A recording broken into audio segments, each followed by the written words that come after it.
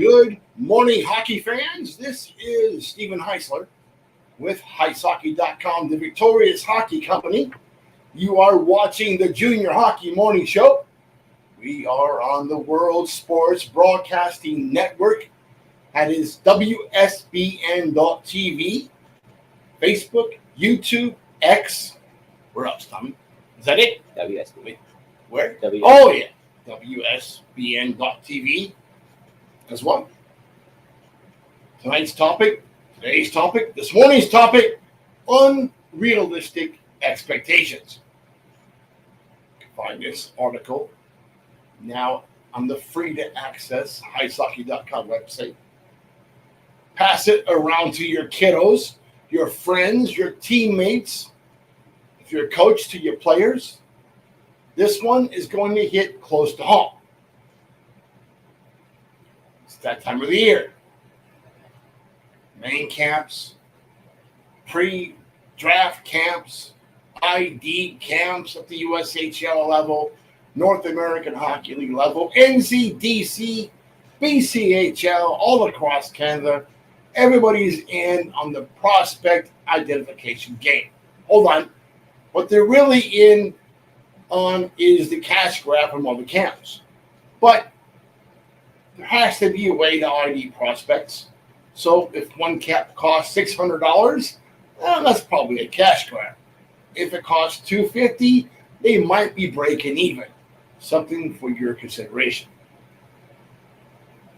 Parents are scurrying around the continent trying to find the very best opportunity for their amazing hockey prodigy. For some players, attention is acquired naturally. They're skillful. They have a tremendous work ethic that's very clear to see on the eyes. They present themselves with a high level of character. For most, one of those key areas is falling short, and they just don't get the same type of opportunities. So what is a parent to do? Aside from being an 8-figure wealthy individual that can buy their prodigy a team, opportunities, buy into a club, most of us have to settle for something different, and that would be lowering your expectations slightly to match your player's actual level of play at that moment. Much of that happens after the pre-draft camp if they don't get invited to the main camp, or after the main camp when they don't get invited to the training camp. That's where parents discover the reality of their situation. That's where players discover, for the most part, the reality of the situation. Way too often, this is the time when parents lash out at the team or lash out at the advisor, like what I dealt with yesterday. As a player advisory company, one of the most difficult jobs we have are managing expectations of parents and their players. Just what it is. When we present opportunities or plan for the offseason and our plan for next season, we generally do it in 3 tiers: an A plan, a B plan, the C plan. Everybody focuses on the A plan. Hey, I got invited to a USHL camp. I must be a USHL player. And then what happens once they come out of that camp? Well, I was in a USHL camp. I'm too good to play in the North American Hockey League. Or worse, I was in a North American Hockey League camp, and I'm not going to pay to play hockey anywhere. That's ludicrous. Here's why. It's unfortunate because parents are very quick to make that decision, to make that choice that my kid's too good for pay to play.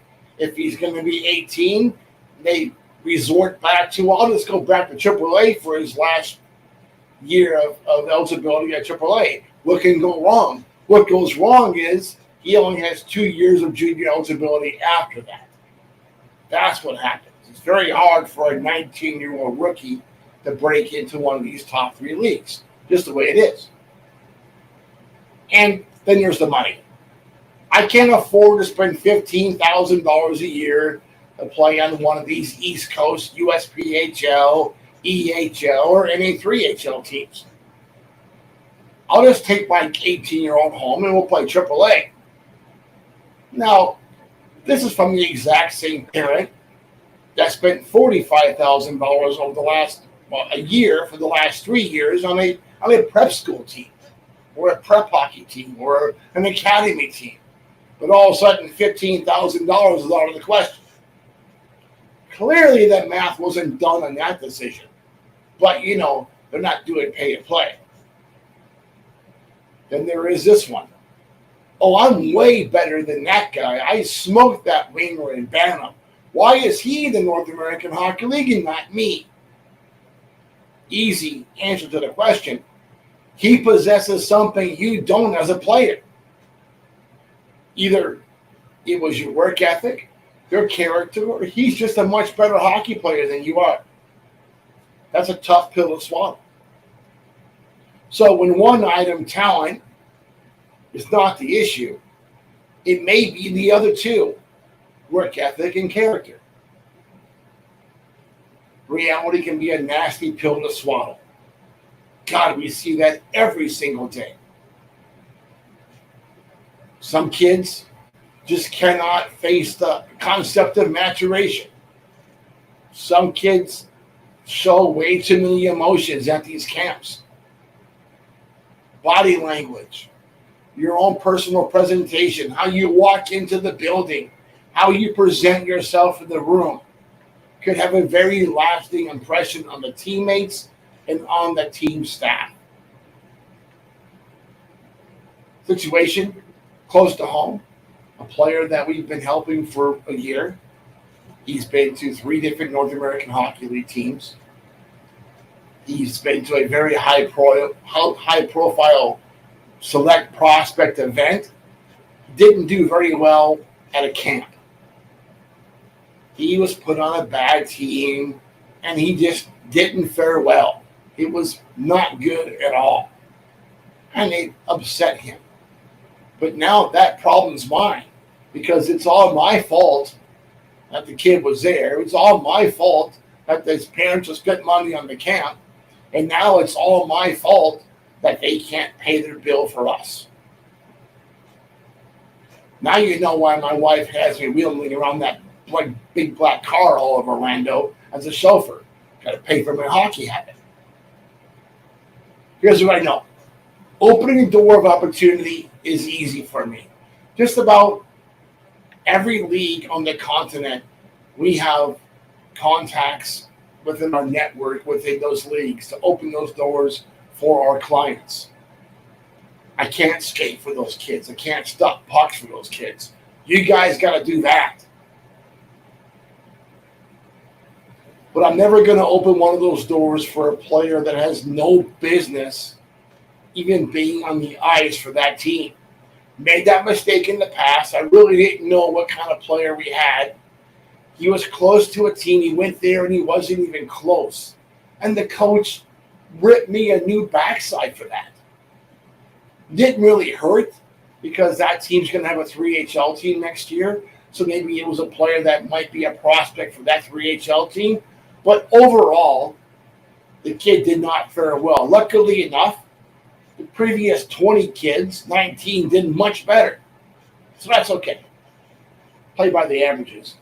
But if I was to continue dropping turds into his punch bowl of hockey players at the NA level, he's not going to take my phone call anymore. And that's not good for the remainder of our clients. So if I don't suggest that a client go to an NA team, I'm not going to.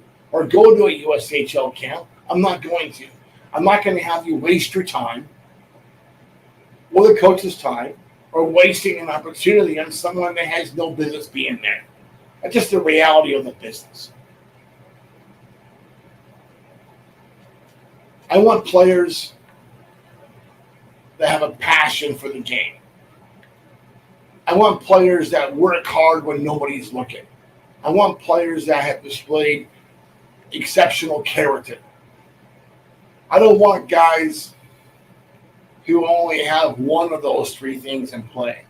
And if they have the talent, but they don't want to work for it, they're not really a great person in the room. They're having a good time drinking and hitting that vape pipe. That's not the guy I want to work with. If that's you, don't call me. Don't bother. Don't waste my time on you that I could be spending with someone else that deserves it.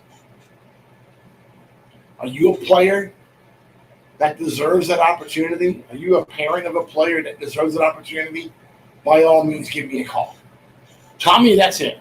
Let's wrap it up. So until tomorrow, hope that you enjoy your morning coffee. Have a great day in hockey.